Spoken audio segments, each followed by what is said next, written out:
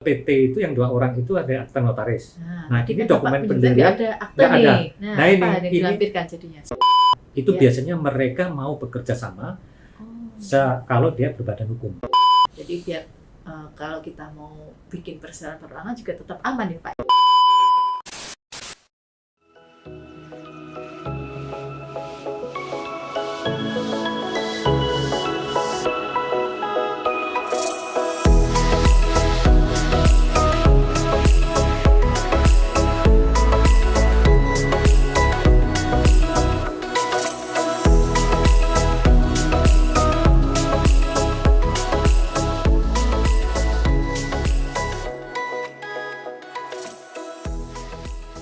Assalamualaikum warahmatullahi wabarakatuh. Waalaikumsalam warahmatullahi wabarakatuh. Apa kabar kawan pajak semua? Podcast Pajak Jitu kali ini akan kembali menyapa kawan pajak semua, tentu saja dengan tema yang up to date. Nah, perseroan perorangan. Kawan pajak pernah mendengar? Atau bahkan sama sekali belum pernah mendengar? Tenang saja, tak perlu khawatir karena di podcast Pajak Jitu kali ini kita akan membahas dan mengupas tuntas tentang perseroan perorangan. Bersama saya, Dita Julisti, penyuluh di KPP Wajib Pajak Besar 1 yang akan memandu episode podcast kita di kali ini.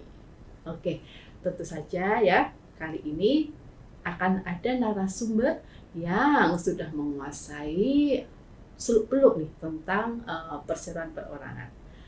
Kita langsung sambut saja Pak Yusuf Widodo. Apa kabar Pak Yusuf? Alhamdulillah baik. Ya, ini Pak Yusuf ini nih satu-satunya penyuluh pajak ahli madya yang ada di KPP Wajib Pajak Besar 1. The one and the only ya Pak ya? Ya. Oke, nih Pak Yusuf nih biasanya selalu tampil penuh semangat dan energik nih Pak ya. Oke, terima Mungkin kasih. nanti podcast berikutnya kita bisa memberikan ini Pak ya, tema tips dan trik nih bagaimana agar selalu tampil penuh semangat dan energi nih Pak.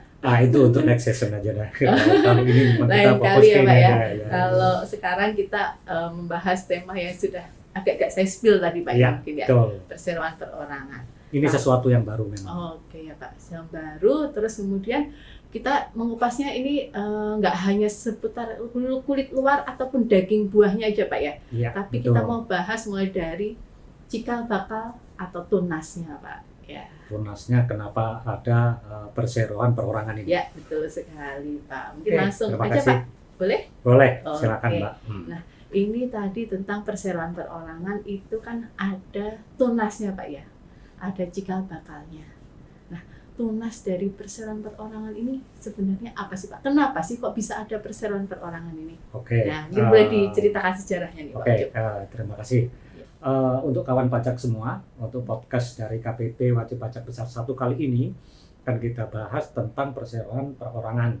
Nah, apa yang disampaikan Mbak Dita tadi, perseroan perorangan itu bermula atau muncul dengan adanya Undang-Undang Cipta Kerja yang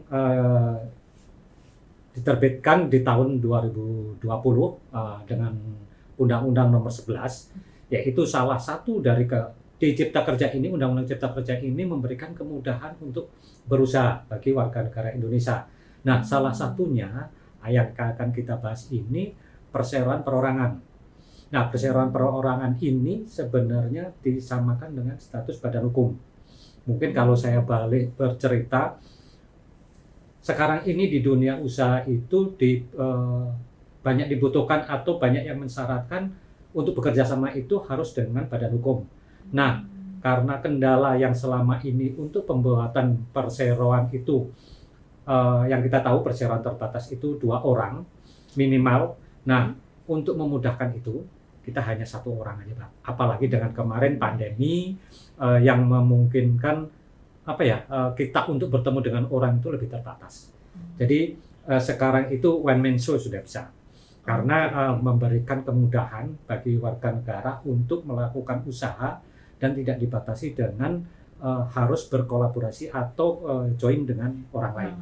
Jadi mereka bisa sendiri. Makanya dari Undang-Undang Cipta Kerja itu, di Undang-Undang Nomor 11 tahun 2020 itu makanya ada turunannya, Mbak. Oh. Jadi atau di undang-undang itu kan pasti harus ada Biasanya memang ada aturan-turunan ya, Pak aturan-turunan ya. untuk mengatur lebih spesifik. Hmm. Nah, di situ di Undang-Undang Nomor 11 itu turunannya ada PP Peraturan Pemerintah Nomor 7 dan Nomor 8. Ini langsung berurutan. Kalau boleh saya sampaikan, mohon maaf saya ini untuk PP Nomor 7 itu tentang kemudahan, perlindungan dan pemberdayaan koperasi dan UMKM. Artinya di sini itu kita memberikan kemudahan dan perlindungan pelaku usaha termasuk UMKM, usaha mikro, kecil dan menengah. Nah, itu diatur di PP 7 sebagai tindak lanjut dari Undang-Undang Nomor 11 tadi. Tadi, Pak ya. Nah, itu kan untuk kemudahan. Sementara pasti orang menanyakan, mungkin Mbak kita menanyakan kan, terus modalnya gimana? Samakan atau enggak gitu kan? Nah, itu ada di PP Nomor 8. Jadi saling keterkaitan. Ini sebagai pelaksanaan dari pasal 109 dan pasal 185 huruf B di Undang-Undang Nomor 11 tahun 2020 Undang-Undang Cipta Kerja. Nah, untuk PP Nomor 8 ini mengatur tentang modal dasar perseroan serta pendaftaran pendirian, perubahan dan pembubaran perseroan yang memenuhi kriteria usaha mikro dan kecil. Nah, ini Mbak, ya ini yang untuk PP 8 ini spesifik untuk mengatur perseroan perorangan. Karena di sini mensyaratkan untuk kriteria mereka yang mau berusaha di usaha mikro dan kecil. Ya. Jadi PP tadi sebagai payung hukum ya Pak? Iya, untuk karena biasanya memang kalau tadi kan salah satu contoh dari kemudahan berusaha dan perseroan perorangan. Perseroan perorangan ini berarti kan suatu badan hukum ya Pak? Iya, betul Pak. Badan hukum biasanya kalau kita mau membuat suatu badan hukum memang harus ada perlindungan hukumnya, betul. Payung hukumnya. Ya, biar kita ada ini kan guidance-nya lah ya. Guidance-nya ya. Dibuatnya juga nggak hanya dari perpajakan saja Pak ya, tapi dari Kemenkumham ya Pak ya. Iya. Nah, jadi PP tadi itu PP 7 dan PP 8 ya Pak ya. Iya, peraturan pemerintah. Sebagai payung hukum perseroan perorangan itu ya. Untuk berusaha mereka basicnya ya. Jadi biar kalau kita mau bikin perseroan perorangan juga tetap aman ya Pak ya? Aman, dan situ memang sudah disebutkan di PP 8 itu mengatur perusahaan perorangan itu didirikan oleh satu orang. Malah ini spesifik. Kalau nanti ada yang ikut atau join di modal situ, nanti harus berubah jadi PT. Jadi karena memang udah lebih dari satu orang ya betul. Pak ya? Jadi kalau misalnya saya pengen punya usaha, saya kayaknya lebih nyaman jalan sendiri. Nah, itu sekarang. Daripada saya ribet cari investor lain untuk atau partner join, yang mungkin kurang atau apa ya Pak ya, mungkin ya. Jadi biar lebih rasa nyaman nih kawan pajak yang pengen punya usaha sendiri tapi merasa modal tadi juga udah cukup ya Pak ya, bisa lah dibikin perseroan perorangan itu. Nah, memang apalagi dengan kita lihat kondisi yang sekarang ini, mungkin banyak milenial ataupun para kawan pajak yang ingin berusaha tapi belum ketemu partner yang cocok. Dalam hal ini cocok itu tidak hanya permodalan, tapi mungkin visi dan misi perusahaan itu. Nah, terus kenapa adanya perseroan perorangan? Sebenarnya kan yang dimiliki oleh perorangan. Mungkin Mbak Dita menanyakan, kenapa sih nggak langsung dia sendiri sebagai orang pribadi berusaha? Nah, ini sebenarnya untuk dunia usaha sekarang banyak yang menuntut. Mungkin salah satu contoh, mungkin kalau kita ikut sebagai reseller atau berkolaborasi dengan perusahaan besar, biasanya mereka menuntut suatu badan hukum. Ya. Dan biasanya mereka menuntut badan hukum karena biar bisa memisahkan keuangan pribadi dengan badan hukum tersebut. Soalnya selama ini kalau tidak akan secara pengadministrasian, keuangan, manajemen segala macam itu memang akan berbenturan antara kebutuhan pribadi. Takutnya nanti tidak ada manajemen keuangan dan manajemen pembukuan yang lebih profesional. Takutnya selama ini kalau orang pribadi ya udah ini duit saya. Jadi kesannya kayak ngambil dari situ tidak bisa memisahkan mana yang untuk usaha dan mana yang untuk kebutuhan pribadi. Mungkin itu Mbak. Jadi kalau datanya bercampur ketika kita dibutuhkan, mana sih yang usaha kita, realnya berapa, yang keperluan pribadi, penghasilan pribadi kita, jadi bercampur aduk, pusing juga ya Pak ya. Dan tidak bisa mengukur kinerja dari suatu usaha tersebut. Itu ya Pak. Ya, gitu. Oh ya, oke. Nah Pak, nih lanjut nih Pak. tadi kita sudah bahas nih ya beberapa tentang ketentuan payung hukumnya, kemudian dasarnya. Nah, kalau dari segi perpajakan nih, Nah. Nah, ada nggak Pak aturan yang khusus mengatur mengenai persyaratan perorangan ini? Oke, Nadita dan kawan pajak semua, untuk biasanya kan gini, ada undang-undang, terus turunan peraturan pemerintah, terus untuk setiap level atau sektor pasti diatur. Demikian halnya dengan perpajakan. Untuk perpajakan, bagaimana mengatur bagaimana pengertiannya itu apa, terus cara pendaftarannya gimana, terus untuk pemberian NPWP dan lain sebagainya. Karena memang ini sesuatu yang baru. Karena kalau kita berpikir di aturan kita yang sebelumnya, di peraturan perpajakan, itu pada saat orang mendaftarkan badan hukum, memang dituntut namanya akte notaris. Oh, Nah, iya. Harus ada nih Pak ya. Nah, biasanya padahal di perseroan perorangan ini tidak perlu akte notaris. Oh, lebih gampang Pak berarti. Nah, itu makanya.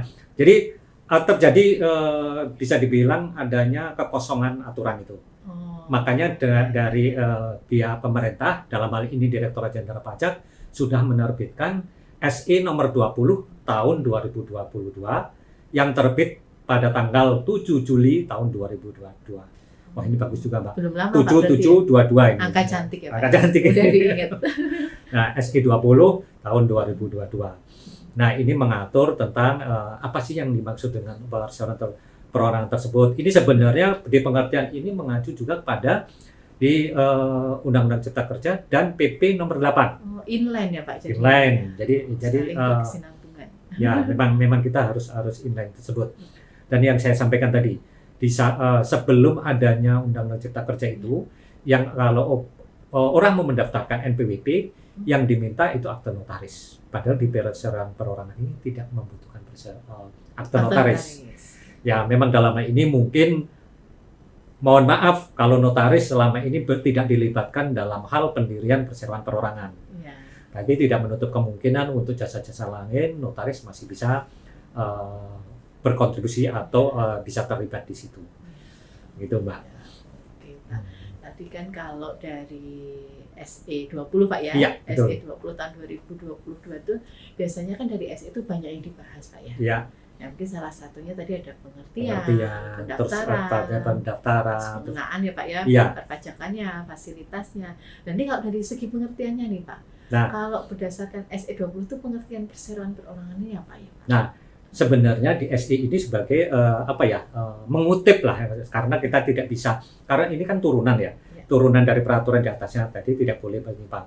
Nah, kalau pengertiannya perseroan perorangan ini, walaupun dimiliki oleh cuma satu orang, tapi pada subjek pajaknya tetap subjek pajak badan, bukan perorangan. Jadi kayak PT tapi dimiliki satu orang, Nah, masuknya badan ya Pak iya, ya? badan. Jadi Jadi, pajakannya ngikut subjek badan berarti ya Iya. Pak ya? Jadi seandainya saya atau Mbak Dita kan secara pribadi sudah mempunyai NPWP, Oh, oke. NPWP tapi NPWP Pak, pribadi. ya? Nah, kalau untuk ini juga nanti ada NPWP sendiri, tapi kategorinya sebagai subjek pajak badan. Oh, ya badan hukum tadi Ya. ya Pak ya? Ya berarti Perseroan perorangan ini mereka ya? bisa punya dua NPWP, NPWP. sebagai orang pribadinya sendiri sebagai pribadi dan ini sebagai badan. Nah, PT yang memenuhi kriteria, tapi dia harus memenuhi kriteria sebagai usaha mikro dan kecil. Oh, Ya, kalau biasanya kan UMKM. Nah, Usaha tapi mikro, kecil, menengah. Kalau ini hanya untuk mikro dan mikro kecil dan saja. kecil saja. Nah. Jadi perlu diingatkan pajak hanya untuk mikro dan Dan kecil. kecil. Yang menengah enggak ya? Nah, Pak? kriteria maksudnya perlu kita sampaikan untuk kriteria usaha. Kalau mikro itu modalnya maksimal 1 M.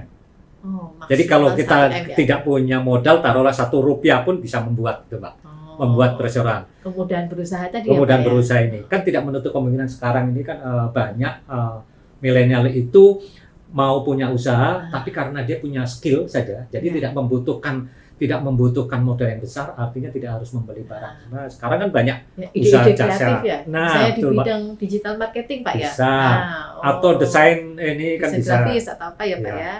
Nah, itu makanya tidak dibatasi. Yang dibatasi malah maksimal. Dan omset dalam 1 tahun itu maksimal 2 M. Oh, Tapi, maksimal 2M. nah modal Untuk itu yang tapi gini kecil Mbak, ya Pak tadi ya Pak ya? untuk yang mikro. Untuk yang maaf yang mikro ya Nah, Pak ya? Tapi balik lagi, kalau modal itu tadi tidak termasuk tanah dan bangunan.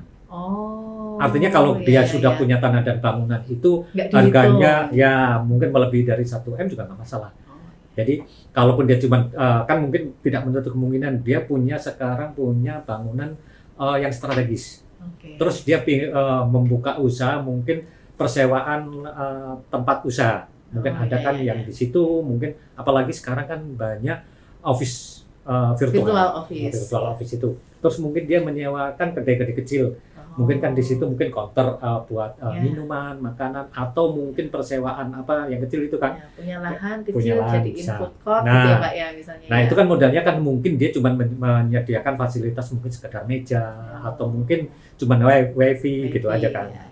Artinya modal yang dikeluarkan di luar tanah dan bangunan itu maksimal 1M. Itu untuk mikro. Sementara yang kecil itu dari 1M sampai 5M. 1M sampai 5M. Dan omsetnya untuk yang kecil 2M sampai 15M. Oh, Gitu. lebih besar ya otomatis karena Ya. skalanya lebih besar ya Ya. Pak ya. Nah kalau mikro ini kan untuk para yang baru mau memulai usaha. Usaha. Kita jangan khawatir karena selama ini kan mungkin kalau boleh menyebut ini merek yang saya dengar itu untuk supermarket ya Ya. kayak Alfamart, Indomaret itu Ya. biasanya mereka mau bekerja sama kalau dia berbadan hukum. Oh. Nah, itu. Ya, supply barang misalnya ke Nah, Indomaret atau ke Alfamart tadi ya. ataupun kita mau membuka kedai tersendiri Ya. gitu kan, mungkin di daerah Mbak Dita belum ada gitu kan. Ya. Kita mau franchise lah Oh.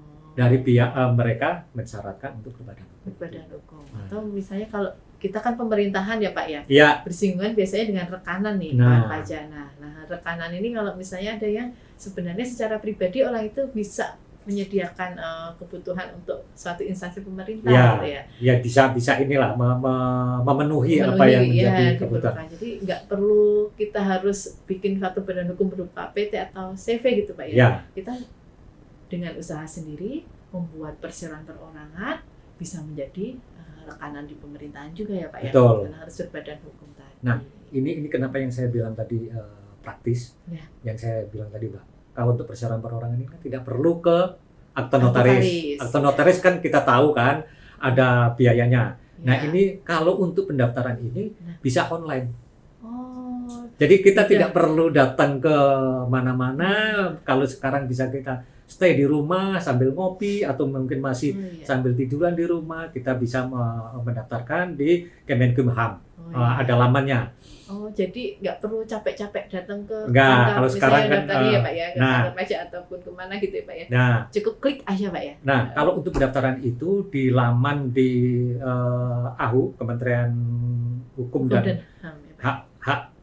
Asasi Kemenkumham. Kemenkumham. Nah, Ya. itu sorry agak ini Kemenkumham. di laman https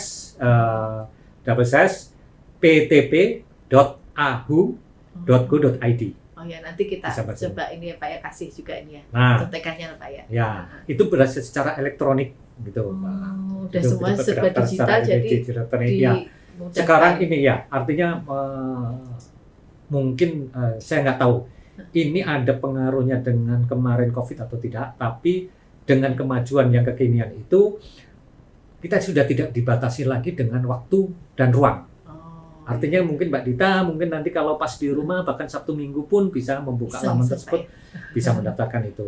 Demikian juga pada saat NPWP. Nah di AHU itu, Kemenkumham itu bisa juga kita membuat NPWP-nya di situ. Langsung dari situ. Dari situ Satu pintu cukup ya Pak ya. cukup Nggak perlu ngurus ke Kemenkumham, ngurus Nah. lagi ke KPP, tapi ini cukup jadi satu. cukup aja. jadi satu. Nah tapi kalau di Kemenkumham itu ternyata ada trouble, Ya. kawan pajak bisa mendaftarkan untuk NPWP-nya saja Oh. di lamannya pajak Oh. di https e-registration .pajak.go.id. Nah, itu kalau di PTAU itu tidak berhasil untuk pendaftaran ya, ada NPWP-nya. kendalanya, Pak ya. Nah, itu memang untuk pendaftaran NPWP itu syaratnya dilampiri dokumen pendirian. Dokumen pendirian ini gini, Mbak. Ya. Kalau dulu PT itu yang 2 orang itu ada akta notaris. Nah, tadi ini kan dokumen Bapak menyebut pendirian ada akte nggak ada. nih. Nah, Nah, apa yang ini dilampirkan jadinya? sertifikat pendaftaran elektronik dari Kemenkumham tadi. Kan yang saya bilang tadi, begitu kita masuk di situ, online ya, Pak ya. begitu kita mendaftarkan di situ, setelah diisi, setelah di-approve dari Kemenkumham itu, nanti keluar sertifikat. Sertifikat tersebut pun dalam bentuk elektronik. Oh, kayak settle kita di PPN gitu mungkin Betul. Pak ya. Jadi kita tidak perlu nunggu lagi kapan surat itu dikirim per pos dan lain sebagainya. Langsung muncul. Begitu disetujuin, Iya. langsung dikirim ke email yang kawan pajak daftarkan. Jadi kalau kita pada saat mendaftarkan itu pasti kan diminta nomor telepon, identitas diri, terus alamat email dan lain sebagainya, itu nanti itu. Oh, Nah, praktis sekali Pak praktis. ya. Tapi pada saat untuk pendaftaran NPWP itu ditambahin lagi. Syaratnya atau apanya Pak? Iya, syaratnya kan tadi kalau dulu kan pendaftaran PT Ya. kan akte notaris. Nah, itu orang perorangan ini diganti dengan sertifikat pendaftaran elektronik tadi. Oh iya. Terus dilampiri 2 identitas pengurus. Oh, berarti ya Identitas fotokopi orang KTP. pribadi tadi ya, Pak ya. Ya yang memiliki Karena tadi. kan cuma 1 orang tadi ya. Iya. Dilampiri identitas pengurus, dan identitas pengurus itu tidak hanya KTP, tapi fotokopi NPWP juga. Oh, Karena dua ya, Pak ya. Ya, kalau untuk mendaftarkan perseroan ini diwajibkan juga yang memiliki itu sudah punya NPWP. Oh. Jadi kalau mereka yang belum punya NPWP, ya diharapkan membuat mendaftarkan NPWP dulu dulu. NPWP pribadi Ya, ya, Pak secara ya. pribadinya, orang pribadinya itu. Jadi artinya mereka perlu punya NPWP, yaitu yang saya sebutkan tadi, Mbak, di depan. Ya. Dia punya NPWP 2. Satu ya. orang pribadi dan Satu satu badan lagi usaha. badan usahanya itu. Oke. Nah, itu deh yang tentang sampai pendaftarannya itu, Mbak. Oke, nah siap. Ini berarti kalau udah daftar, syarat semua berarti udah terpenuhi. Iya. Berarti langsung dapat NPWP nih Pak. Betul. Ya, kalau udah dapat NPWP biasanya sudah jadi subjek pajak yang harus memenuhi hak dan kewajiban Ya, perpajakannya. betul, kan pajak. Nah, bicara tentang kewajiban perpajakannya nih Pak ya. Ya. Berarti ada pengenaan perpajakannya nih. Oh iya, iya. Kalau untuk perseroan perorangan ini ketentuan pengenaan perpajakannya seperti apa? Ya, seperti kita ketahui semua yang saya sampaikan tadi, kawan pajak, kalau ini perseroan perorangan, balik lagi, walaupun dimiliki oleh 1 orang, tapi statusnya badan. Badan hukum. Badan. Oh ya, subjek Ya. pajak badan ya Pak. Ya. Ya. Jadi kalau kita singgung dengan penyamaan NIK dengan NPWP, ya. kalau sekarang NPWP orang pribadinya tadi pakai NIK. Oh iya. Nah, Tapi ya, kalau hukum badan nih gimana nih Pak? Ini tetap 16 digit, 16 digit. tapi nanti dikeluarkan oleh DJP. Oh. Tidak sama dengan NIK tadi. Jadi nggak akan ada 2 ya Pak ya, NIK tadi dipakai untuk orang pribadi Ya. dan badan hukum. Ya, kalau Tapi badan hukum berbeda ya Pak berbeda. ya. Ini statusnya sama badan, sama dengan PT, CV, koperasi, iya. termasuk instansi pemerintah itu kan sama, Nanti Pak. ada lagi ya Pak ya, nomornya Ya, ditentukan sama yang DJP 16 itu. 16 digitnya. Ya. Nah, mereka kalau yang mikro Ya. dan kecil tadi, kalau memang ternyata peredaran brutonya dalam setahun itu maksimal atau bahkan di bawahnya 4,8 M, itu bisa menggunakan ini PPh final berdasarkan PP 23 tahun 2018, yaitu 0,5% dari omset. Oh iya, jadi seperti ini ya Pak ya, sebenarnya masih sama seperti badan hukum kalau Ya. subjek pajak badan yang ada saat ini ya. Iya, gitu. Dengan batasan omset 4,8 Ya, maksimal setahun 4,8 ya. setahun. Nah, kalau ini tetap berlaku hanya 3 tahun. Oh, ikut juga Pak? Nggak Betul. selamanya bisa pakai 4,8 tadi? Enggak. Oh. Karena ini dianggap statusnya badan, Oh, disamakan jadi tetap- dengan PT yang normal. PT dan karena PT bukan CV ya Pak? Bukan, ya? ini karena PT. Oh, Karena kalau- kan perseroan terbatas perorangan. Kalau Oh, bahasa iya, lengkapnya iya, begitu. Ya kalau yang CV kan bisa 4 tahun. Ya, Berarti kalau ini orang ngikuti pribadi yang 7 tahun. PT. Oh, Gitu. iya, iya. Jangan 3 lupa nih ya tahun. kawan pajak, kalau misalnya nanti bikin perseroan perorangan, misalnya omsetnya itu setahun penghasilan brutonya masih 4,8, Maksimal ya. maksimal 4,8 M, nah ini masih bisa nih memanfaatkan tadi fasilitas PP 23 ya Pak ya? Iya. Tapi ingat ada jangka waktunya cuma 3 tahun. Dan Ya. satu lagi, Ya Pak, oh ada satu lagi ternyata. dia tidak berhak atas pembebasan pajak atas omset yang 500. 500 Juta. juta. Loh, kenapa Pak kok nggak bisa? Karena kan gini, kemarin kalau di orang pribadi Ya. kan kemarin ditentukan Kalau yang omsetnya 500 juta, dia tidak perlu membayar pajak. Oh. Tapi karena ini statusnya Iya. badan, Oh, iya. itu berlaku hanya orang pribadi. Status Yang 500 tadi untuk orang pribadi Iya, aja gitu Pak ya. jadi sebenarnya semacam PTKP lah. Oh. Kalau usaha ini dimiliki oleh orang pribadi. Jadi kalau kita karyawan kan ada penghasilan tidak kena pajak. Oh ya. Nah kalau sebelumnya pada saat terbit PP 23 tahun 2018 dulu itu tidak ada, dari 0 Rp1 pun langsung dikenakan 0,5%. Oh ya. Tapi kalau sekarang di tahun 2023 ini sampai dengan 500 juta itu tidak perlu membayar pajak. Jadi kalau kita punya usaha ternyata omsetnya Januari, Februari, Maret, April, Mei, Juni Ya. itu baru 500. Nah, dia nggak perlu bayar pajak. Bebas sama sekali ya. Bebas sama sekali. Tapi ini tadi saya lagi untuk subjek pajak orang pribadi. Nah, ini tidak berlaku untuk perseroan perorangan ya, Pak ya. Walaupun sama-sama yang memiliki satu orang. Satu orang. Gitu. Oh, ya. Tapi jangan salah. Ada apa lagi Pak nih informasinya? Nah, karena kalau mereka ternyata omsetnya melebihi Ya. ataupun dia omsetnya masih di bawah 4,8, tapi dia memilih untuk perhitungan normal. Artinya ada pencatatan. Ya, Pak, Ya, tidak memanfaatkan itu. tadi. Kan karena gini, kalau yang itu kan tutup mata, artinya tutup mata 0,5% itu dari omset tanpa Ya. memikirkan biaya atau yang di pengeluaran. Kalau Bruto mereka langsung dikalikan 0,5% ya, Pak Nah, ya. betul. Tapi secara kepraktisan mungkin tidak perlu ribet, harus ada pembukuan, pencatatan. Tidak perlu menghitung omset berapa, dikurangin biaya segala macam, pengeluaran itu tidak perlu. Tapi kalau mereka mau memang seperti itu, karena mungkin dia mau secara profesional, biar mengetahui progresnya, itu dia mungkin menggunakan pembukuan dengan tarif normal. Tarif normal itu kan sekarang 22%, ya kan? Dia seperti itu. Ya mungkin dia berpikir gini, ya karena saya masih di tahun pertama ini pengeluaran saya masih banyak, biaya-biaya banyak. Jadi biaya bisa saya perhitungkan kalau Bisa diperhitungkan. gitu ya, Nah, Pak ya. gitu.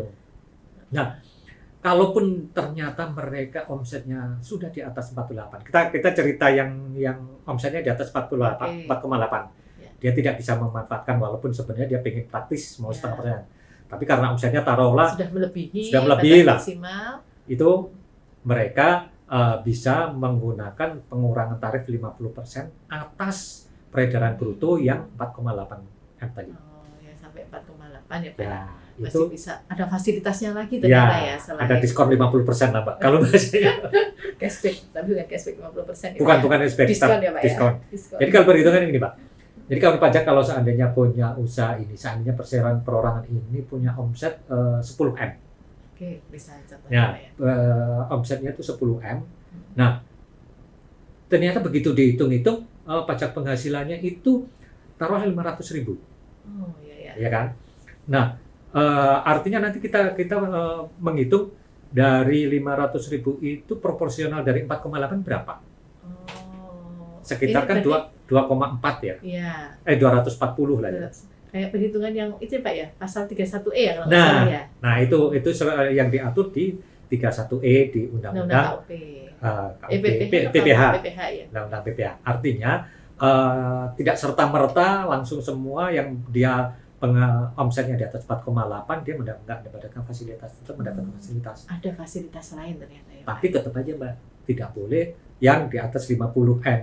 Oh iya. Jadi Ada omsetnya tetap batasannya batasannya, ya, ada karena batasan. mereka dianggap masih Skalanya masih skala ya, gitu. menengah itu Pak ya. Nah, mungkin ya. Dengan batasan Siap. nggak sampai 50 M, tapi mereka di atas 4,8 itu untuk proporsi yang omset dari 4,8 itu masih mendapatkan Fasilitas 50% tadi ya 50%. diskon. Jadi yang proporsi tadi kan berarti dia omsetnya 10 M.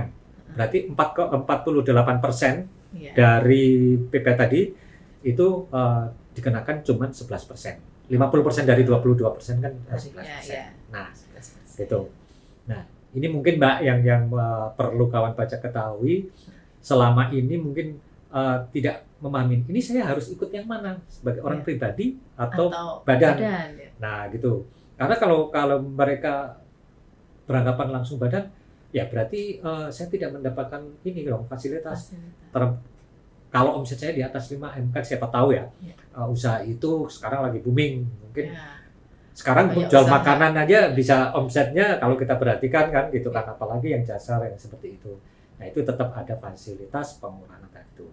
Jadi pemerintah tidak tutup mata dengan tidak serta-merta mengenakan pajak langsung, tapi tetap ada faktor-faktor fasilitas yang diberikan kepada kalangan pengusaha.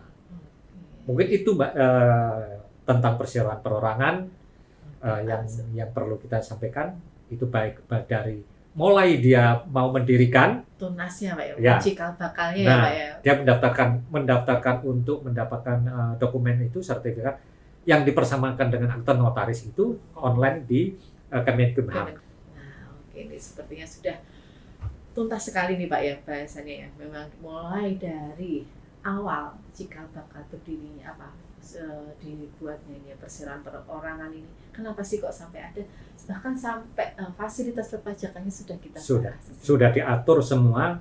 Ini semata-mata untuk mendukung Undang-Undang Cipta Kerja. Kemudian berusaha memberikan sekarang ini mungkin sudah zamannya bergeser Pak. Ya. Zaman kita dulu kan kita mencari pekerjaan. Kalau Ya. sekarang ini Dicari pekerjaan jadi. kita menciptakan lapangan pekerjaan. Iya. Dan kalau orang menciptakan lapangan pekerjaan harus didukung dengan sarana dan prasarana oleh pemerintah, fasilitas yang disiapkan. Kalau dulu kan masih dibatasi.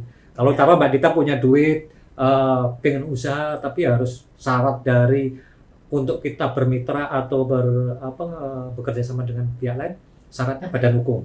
Tapi Mbak Dita belum ketemu partner yang cocok. Iya. Karena selama ini kan mungkin ya kita nggak tahu ya. Takutnya masing-masing juga punya ini ya Pak ya, Ya. ide atau mungkin misi yang berbeda. Betul. Ketika juga Terus susah. mungkin ya, tidak ada kesamaan visi dan misi yang Ya. saya sampaikan tadi. Iya, Nah, jadi- ini pemerintah memberikan keleluasaan bagaimana dia tetap, artinya tidak egois ya. Maksudnya bukan jangan dilihat wah egois dia tidak bekerja sama, tapi artinya memberikan peluang kepada siapapun untuk dapat berusaha tanpa harus ketergantungan dengan orang lain. Dan ini benar-benar kalau kaum mager, yang mager semua bisa dilakukan, tidak harus keluar dari rumah. Apalagi kalau kita harus keluar mengurus ke kantor dan lain sebagainya dengan terbentur jarak dan waktu, di mana dia harus kena macet dan lain sebagainya. Kalau ini pun bisa di kamar atau sambil ngopi pun kita bisa mendaftarkan itu. Ini sudah tidak ada batasan ruang dan waktu. Ini berarti memang salah satu efek positif pandemi ya Pak ya. Nah, kita melihat dari sisi positifnya saja lah. Positif tinggi ya Pak ya. Jadi Iya. dari sudut positifnya kita lihat Nah, ya. dan tidak ada ternyata. batasan modalnya yang saya sampaikan tadi, Ya. gitu kan. Dari 0 rupiah pun nggak masalah, yang penting bisa membuat itu. Karena sekarang kesempatan ada di mana-mana. Iya, betul. Bisa dibuka. Dan memberikan kesempatan, artinya gini, tidak hanya di daerah tertentu saja. Jadi ini seluruh Indonesia, Pak. Oh, ya. Seluruh tanah air ini bisa ya Pak ya. Perlu saya tambahkan lagi gini Mbak, untuk syarat untuk mendirikan PT persyaratan perorangan tadi hanya didirikan oleh satu WNI yang dewasa. Artinya kalau dewasa di kita kan 17 tahun yang sudah syarat untuk mendapatkan KTP. Dan ini hanya WNI. Oh, WNA nggak boleh Pak Nggak ya? boleh kelas ini. Karena ini memberikan kesempatan untuk WNI untuk berkembang atau yang menghasilkan Iya. sesuatu yang lebih. dan perlu diketahui walaupun dia sudah dewasa tapi syarat cakap hukumnya juga harus terpenuhi. Okay. Kalau mereka masih dalam pengampuan tidak boleh gitu. Oh, iya, iya. Artinya mereka cakap dalam hal hukum karena kan ini perbuatan sebagai dia mewakili badan hukum. Ya, dia ada seperti itu. Iya, iya. Jadi tidak diberikan kesempatan kalau persyaratan terbatas kan bisa Ya. warga negara asing atau dari badan hukum asing itu memungkinkan. Join ya Pak ya. Ya. Tapi kan mereka dibagi dalam bentuk saham-saham Ya. yang modalnya itu. Nah kalau persyaratan ini dibentuk dalam bentuk saham juga, disebut saham, Hanya cuma sendiri. dimulai satu orang WNI. Nah gitu Pak. Sendirian aja Ya. ya. Nah, oke Pak Yusuf, terima kasih nih, sepertinya Ya. bahasanya itu sudah sangat menarik dan benar-benar nih dibahasnya memang dari awal sampai akhir. Mudah-mudahan ini dapat memberikan pencerahan buat kawan Ya. pajak semua yang di luar sana yang ingin berusaha, Ya. yang selama ini sudah punya ide-ide cemerlang, Ya. namun dengan terbenturnya dengan wah selama ini harus begini harus begini. Nah, mudah-mudahan dengan adanya persiapan perorangan ini menjadi jalan solusi, terang ya, Pak, ya. menjadi solusi bagi kawan pajak semua yang ada di luar sana. Gitu Mbak Dita. Oke, ya. Demikian tadi podcast kita kali ini ya. Bahasanya sudah cukup menarik. Terus kemudian ternyata ya relate dengan kondisi saat ini ya Betul. Pak ya. Terus kalau memang nanti kawan pajak sudah tertarik nih ya, atau mungkin udah ada bayangan, oh kira-kira bisa nih bikin perseroan perorangan, nah jangan lupa simak podcast kita kali ini ya, untuk nambah lagi wawasan, terus nambah lagi pengetahuan ya Pak ya. Dan memberikan informasi yang selama ini belum nyampe. Oh Maksudnya. iya, karena memang belum banyak yang tahu ya Iya. Pak ya. Nah, bolehlah nanti kita simak-simak podcast di episode kali ini ya Pak. Nah, demikian tadi Pak Isa, terima kasih banyak Oke, atas terima kasih, Mbak Dita. informasinya. Iya. Ya, tetap semangat terus ya Pak ya. Ya, mudah-mudahan kita selalu semangat untuk Memberikan informasi dan edukasi. edukasi kepada kawan pajak semua. Iya. Baik kawan pajak, sepertinya sudah cukup sekali ya Pak ya. Ya. Nanti kalau misalnya masih ada pertanyaan lebih lanjut atau masih pengen tanya-tanya tentang persiapan perorangan, bisa langsung menghubungi penyuluh ya Pak ya di Bisa. KPP Wajib Pajak Besar 1 ya. Atau di mana dia terdaftar di KPP Oke, masing-masing. boleh. Ataupun misalnya mau nanya di Google, misalnya googling dulu, boleh. Terus misalnya di googling ternyata ada sesuatu yang masih mengganjal, tanyakan kepada penyuluhnya masing-masing, silahkan saja ditanyakan. Nah, oke, demikian tadi podcast pada episode kali ini. Podcast Pajak Jitu selalu hadir untuk menyapa kawan pajak semua. Ya, demikian tadi. Akhir kata, Assalamualaikum warahmatullahi wabarakatuh. Waalaikumsalam warahmatullahi wabarakatuh. Pajak kuat. Indonesia maju.